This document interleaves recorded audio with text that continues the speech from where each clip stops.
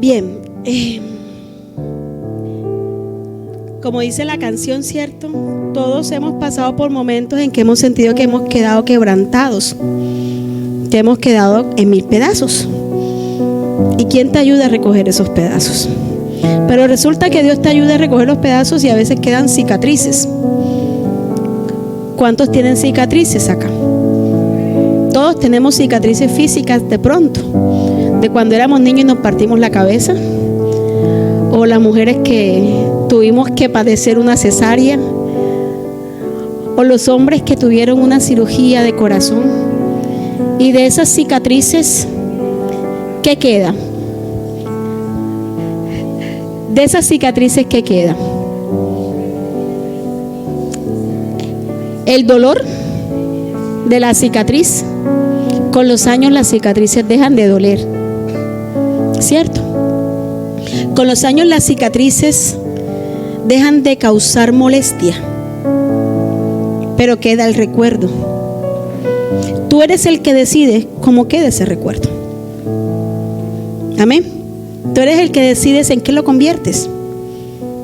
A mí las cicatrices de las 2 cesáreas de las niñas, el médico determinó que con Jocelyn yo no podía tenerla por parto natural y dijo: me voy de vacaciones y no te quiero dejar a tu suerte, te voy a hacer la cirugía. Pero de esas cicatrices a mí me queda un muy bonito recuerdo de tenerlas chiquiticas cargadas. Ya no las puedo cargar, no me caben. ¿Cierto? Mire, en este mes, como decía la hermana Elsa, el título es La gratitud que trae sanidad. Y mira, la gratitud no solamente toca el corazón de Dios, la gratitud también sana tu corazón de esas cicatrices que puedas tener. La gratitud abre espacio para la restauración y la paz. Cuando vives en amargura no eres capaz de agradecer. La gratitud, donde hay gratitud, la herida deja de ser una carga y se convierte en testimonio. Si tú quieres dejar de tener cargas, si yo quiero dejar de tener cargas, debo convertirlos en una ocasión de agradecer. Y allí la carga ya no se siente tan pesada y comienza a convertirse en un testimonio de la gloria y de las maravillas de Dios. ¿Por qué? Porque cuando hay gratitud, todo cambia y se convierte en esperanza. Y la Biblia dice que están la fe, la esperanza y el amor. Los menciona juntos en el libro de 1 Corintios 13. Están la fe, la esperanza y el amor. Y tenemos esperanza ¿en quién? En el que hemos creído. En el que dio su vida en la cruz, pero dijo: me voy y les dejo el Espíritu Santo, el Consolador. Entonces, ¿cómo desata la gratitud la unción que supera la adversidad y los panoramas difíciles? Hubo un tiempo en que se hablaba de la unción para decir poder, fuego. Y yo no voy a omitir eso, porque es necesario hablar del fuego de Dios. Es necesario recordar que Dios tiene poder, que el mismo Dios que hizo milagros hace 15, 20 años sigue haciendo milagros hoy.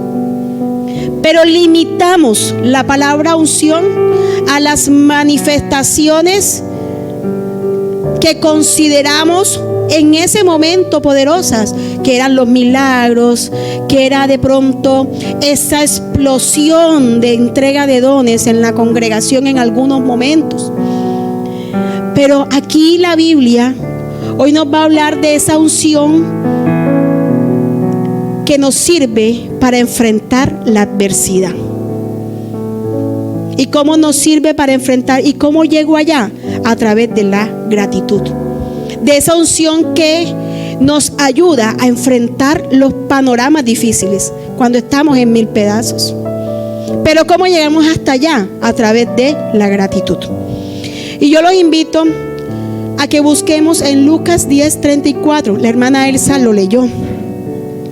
Vamos a leerlo nuevamente.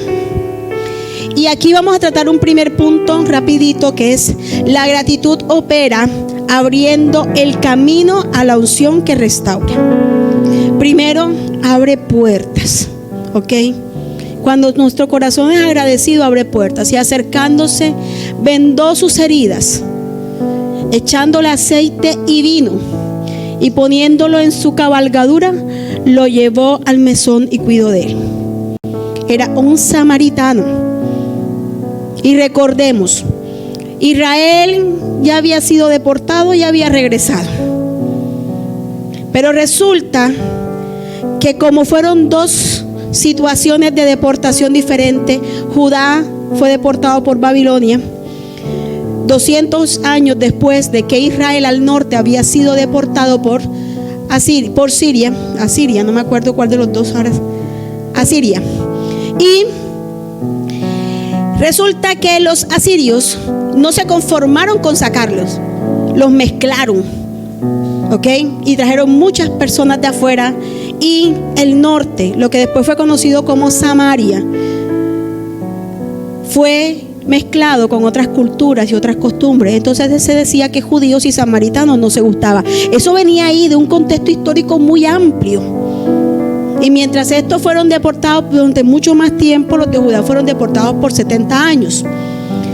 Entonces viene la historia bíblica que de pronto conocemos. Dice: el hombre iba de camino cerquita de Jerusalén y lo asaltaron. Y pasan las figuras de autoridad, sacerdote y levita, y no hubo misericordia. Pero pasó un samaritano y dice que le echó aceite y vino en las heridas. El vino era una forma de desinfectar por el alcohol que produce, y el aceite una forma de ungir para proteger la herida, y ya después de desinfectada no cayera en un proceso de infección posterior. Pero no conforme con eso, el samaritano lo monta en su cabalgadura y se lo lleva al mesón y cuida de él. Aquí vemos misericordia por parte del samaritano y un corazón dispuesto a dar lo que tenía. En el samaritano no había rencor, ¿ok? Yo creo que había una actitud de agradecimiento con lo que Dios le había dado, y de eso dio. Dio de su vino, dio de su aceite. Recuerde que el aceite representa la unción también en la Biblia, en el Nuevo Testamento. Y fue con él y cuidó de él. Aquí vemos que muchas veces, hay muchas formas de dar ofrenda. Aquí vimos una, acá vemos otra. Y la ofrenda es una expresión de agradecimiento, pero es una expresión de agradecimiento que Dios puede usarla a través de ti para sanar a otros. A veces no solamente es orar, es también como Dios, a través de eso que tú estás ofrendando, en la forma en que Dios te pone a ofrendarlo, porque hay muchas formas. Y la Biblia dice: no sepa tu mano derecha lo que hace tu izquierda. No tienes por qué andarlo diciendo. Hoy fue de alimentos, ¿cierto?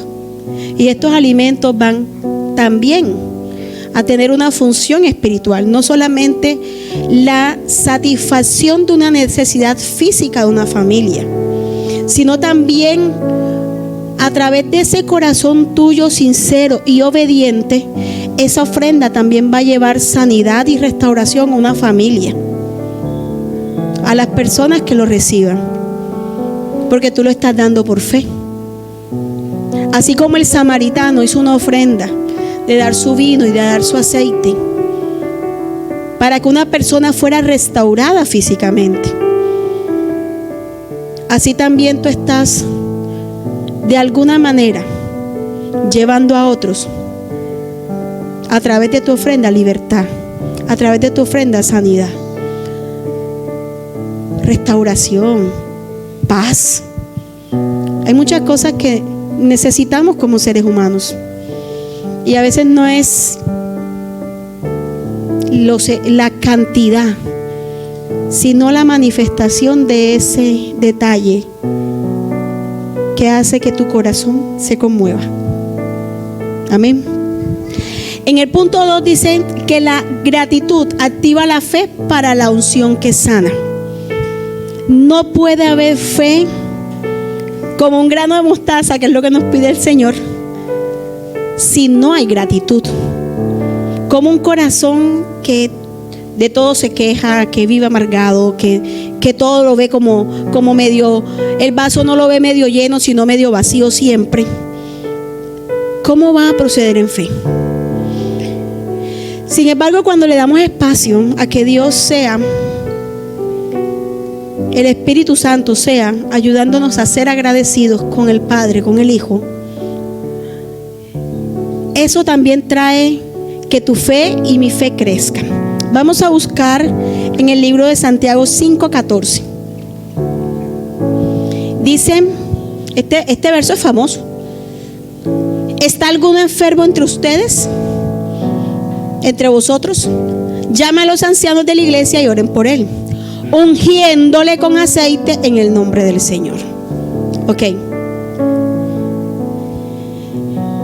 Miren, el proceso de ungir con aceite se repite. ¿Y para qué se repite? Para decirnos que el Señor tiene potestad de usar muchos medios para sanar. ¿Ok? Dios puede hacerlo aquí, puede hacerlo allá, puede hacerlo acullá, como Él quiera, cuando quiera. Y Dios sabe si tu corazón, tu alma o tu mente necesita sanidad. Ojo, estamos en una sociedad fragmentada, en una sociedad con valores distorsionados. Más que nunca estamos recibiendo un constante bombardeo de información que fragmenta y socava los valores sociales.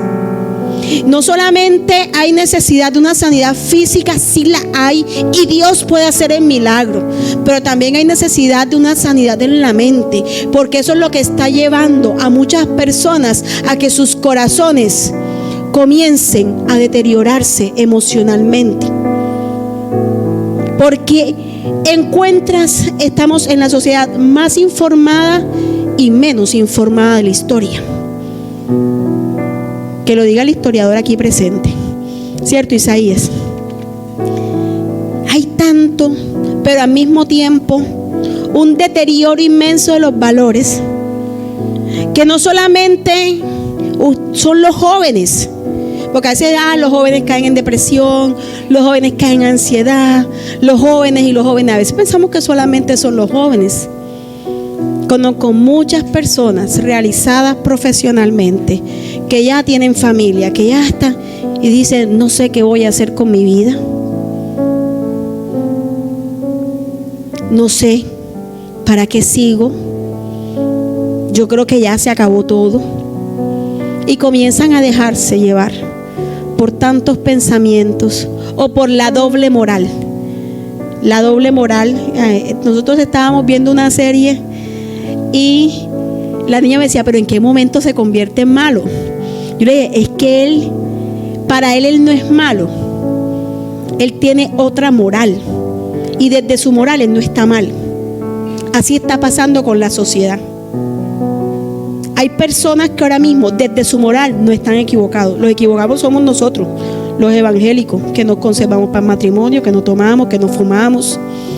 Nosotros somos los locos, que guardamos fidelidad a la familia. Nosotros somos los que estamos mal. ¿Por qué? Porque están instaurando otra moral. La Biblia lo dice: a lo bueno llamarán malo y a lo malo llamarán bueno. Aquí en esta cita vemos que la sanidad está ligada a la fe, porque dice, si alguno está enfermo, llama a los ancianos que oren por él. ¿Ok? Y si tú vas a llamar a alguien que ores por ti, tú estás actuando en fe. O tú no vas a llamar a la hermana Roque a que vaya a tu casa a orar por ti, por si acaso Dios quiere usar a Roquelina.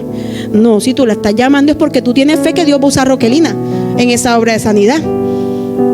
O a Carlos, o a José, o a Luis, o a Yesid, ¿cierto?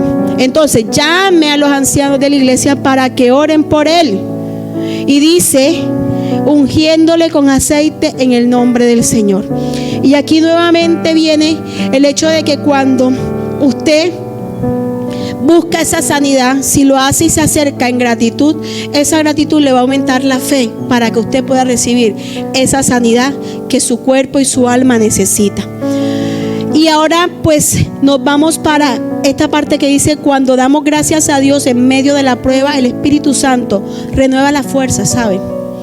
A veces creemos que necesitamos una inyección de uncioncitis, pero no. A veces solamente necesitamos ir a arrodillarnos o a sentarnos en el patio o en el techo o en el baño, donde sea que sea tu lugar de búsqueda en el Señor, y decirle: Dios mío, gracias. Pero no es gracias por lo bueno o por lo malo, no. Gracias porque sé que todo obra para bien. Gracias porque sé que no es fácil seguir, pero todo obra para bien. Tú y yo no vamos a ver todo el panorama completo, pero Dios sí lo está viendo. Y es allí cuando eres capaz de agradecer, cuando Dios dice: te voy a abrir las puertas para que puedas encontrar esa respuesta, para que puedas encontrar esa salida. Y el tercer punto dice: tu gratitud guiada por el Espíritu Santo es usada por Dios para producir milagros y respuesta a los necesitados. El modelo de Jesús fue la iglesia. Creo que viene del griego de la palabra eclesia, que significaba grupo. ¿Ok? Entonces, el modelo de Dios no fue tratar con individuos particulares y separados. El ser humano no está hecho para vivir aislado. El ser humano está hecho para vivir en compañía de otros seres humanos. ¿Ok? Entonces, de ahí es que se forma la sociedad, la familia, etcétera. Nosotros como iglesia, así, ese fue el modelo que decidió Dios. ¿Ok?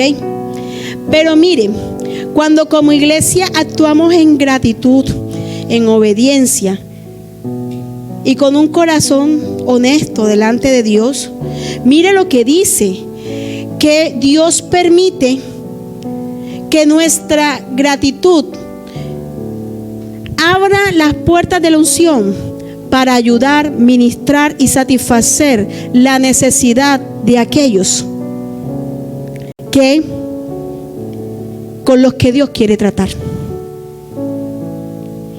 No necesariamente, bueno, sí, Dios lo hace. Yo puedo decir aquí: vamos a orar, y Dios lo va a hacer. Ya, el domingo pues fue un momento diferente. Hay otros momentos en los que Dios es más sublime, más del silencio. Recuerden a Elías: pasó el torbellino, el viento fuerte, él metido en la cueva. Elías había dicho: por mi palabra no va a llover, y no llovió. Elías había dicho: bueno, que ahora amen el altar y que descienda fuego del cielo ya. Y el que descienda fuego del cielo es el que tiene Dios de verdad. Mire, y Elías fue tan arriesgado que mandó a mojar todo el sacrificio cuando venían de sequía. Y lo mandó a mojar todo, para que cuando se prenda, venga, se prenda de verdad. Y no me vayan a decir que fue que ya Baal había comenzado y yo me aproveché. Nada. Y descendió fuego al cielo. Y todo el mundo dice: no, pero le tuvo miedo a una mujer. Mira, esa mujer no era cualquier mujer. Esa mujer era sanguinaria. Esa mujer era maquiavélica. Jezabel no era cualquier pintada en la pared. Ella era reina y gobernaba detrás de Acab. Hay hombres que gobiernan, Acab no gobernaba, gobernaba Jezabel detrás de Acab.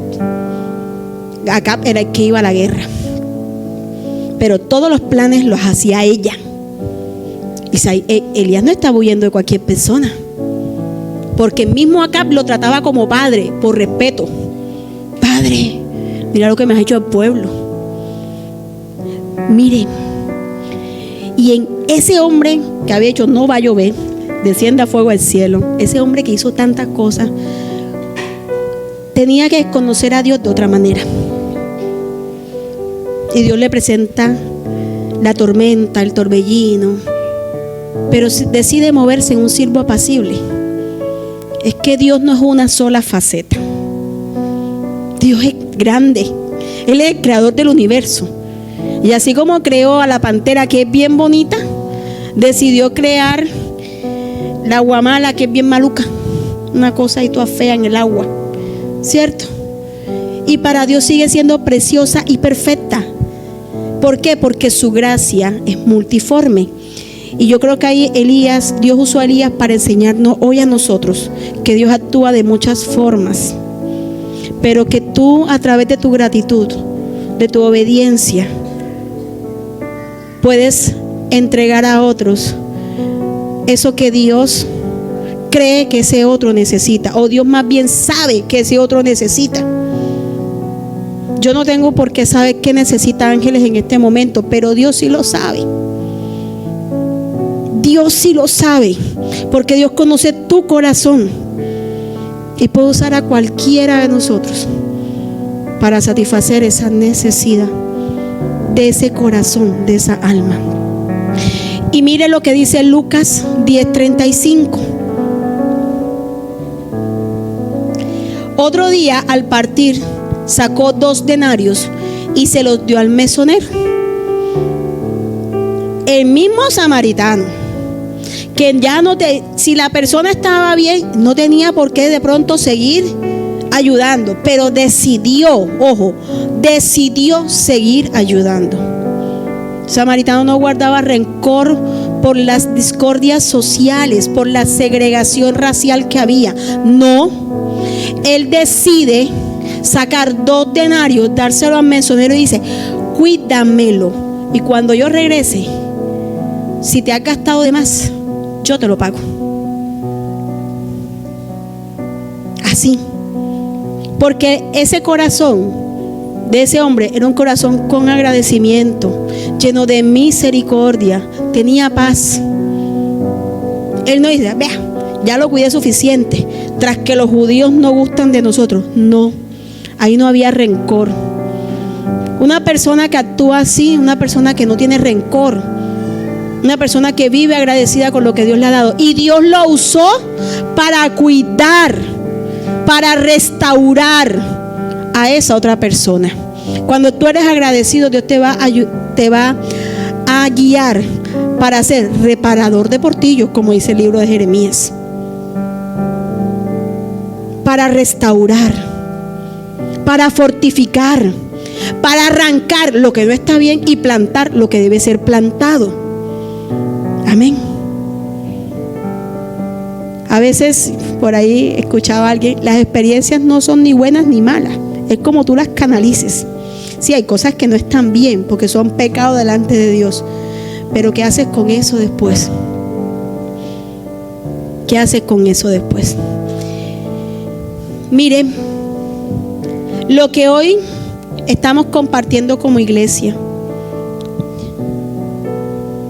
es un acto de fe, es un acto de agradecimiento que Dios va a usar para sanidad y provisión. Créalo. Lo que usted hoy trajo como iglesia es un acto de fe y de gratitud, porque yo no creo que aquí haya alguien traído algo por obligación. El hermano Juan Jaime no trajo aquí su ofrenda porque lo estén obligando. Mira que tienes que llevarlo. Si no, como le digo yo a los alumnos, te pateo. Digo así: quítate aquí, te pateo. No, ¿verdad? O ven acá. Cogieron a Mayerly de la mano: ven acá, vaya a llevar su ofrenda. Usted trabaja, sea seria. No. El que lo trajo como dice la Biblia. ¿Cómo dice la Biblia? Que nuestra ofrenda sea ¿qué? ¿Ah? Con un corazón agradecido. Amén. Entonces, si así ha sido, Dios esa ofrenda suya la va a usar para restaurar, para sanar y para proveer. ¿Usted lo cree? ¿Usted está actuando en fe de que está ayudando a otro a ser sanado, reparado, restaurado y provisto? Amén. Así que su ofrenda no es cualquier ofrenda. Su ofrenda no es una bolsita de espagueti. Eso es más allá. Eso es espiritual. Amén.